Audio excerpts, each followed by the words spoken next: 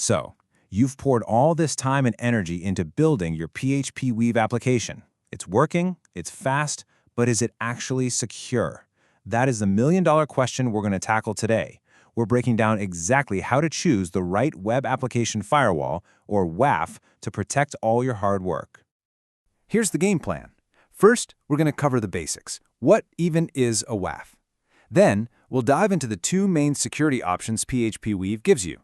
We'll pit them against each other in a head-to-head showdown, and then wrap it all up with some clear advice so you can make the absolute best call for your project. Okay, first things first. What problem are we even trying to solve here? Let's get a really clear picture of what a web application firewall is, and more importantly, why it's a totally non-negotiable piece of the security puzzle for any app you build today.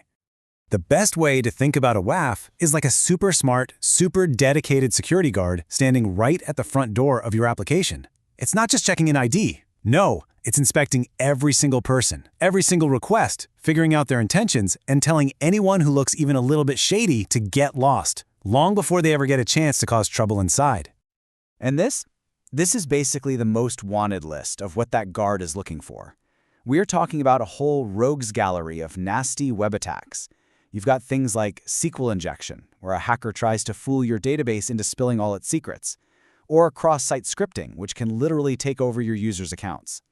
A WAF is your absolute frontline defense against all of this stuff. All right, let's talk about option number one. PHPWeave gives you this awesome built-in solution that's based on the well-known mod security engine. We're calling it the Integrated Shield, and for good reason. It lives right there inside your application's own container. It's baked right in. And the trade-offs here are super clear. On the one hand, it is incredibly simple and crazy efficient. Because it's all in one container, your response times are lightning fast, and it has this tiny little resource footprint. We're talking maybe 50 to 100 megabytes of RAM. But the flip side is, you don't get a lot of the fancy bells and whistles. All your management is done through config files, so yeah, any change means you have to rebuild the Docker container, and it's not going to save you from a massive DDoS attack or really sophisticated bots. Now, what if you need the big guns? For that more comprehensive, enterprise-level protection, PHPWeave also hooks into an external solution. We're going to call this one the External Fortress, and it's powered by a tool called Bunker Web. And this is a totally different animal.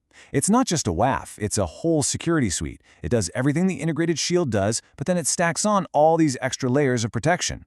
You get powerful DDoS protection, smart bot blocking, it'll handle your SSL certificates automatically, and you get a beautiful real-time admin dashboard to see everything that's happening.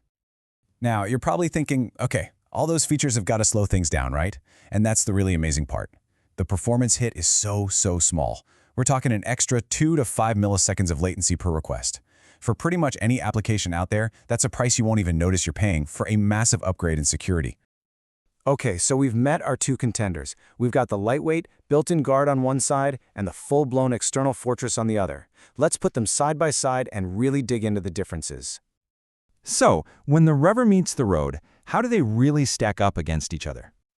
This table just lays out the choice perfectly, doesn't it?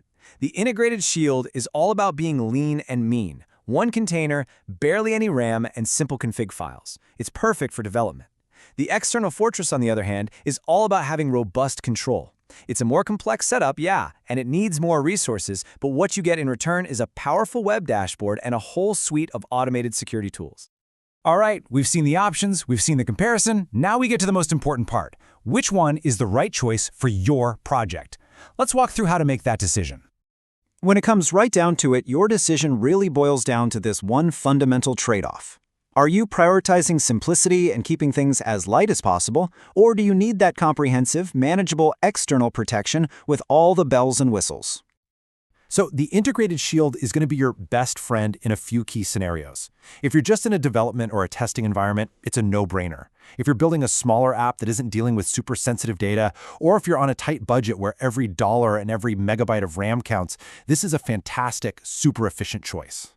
However, the second your application goes into production and is out there facing the public internet, the whole conversation changes.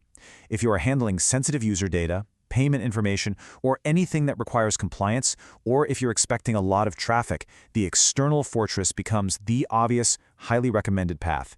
It was literally designed for these high-stakes situations. And really, that's the bottom line. Choosing your WAF isn't just some item you check off a list before you deploy. It is a fundamental choice about your application's architecture. So as we wrap this up, the real question you need to ask yourself is, what level of protection does my project really need?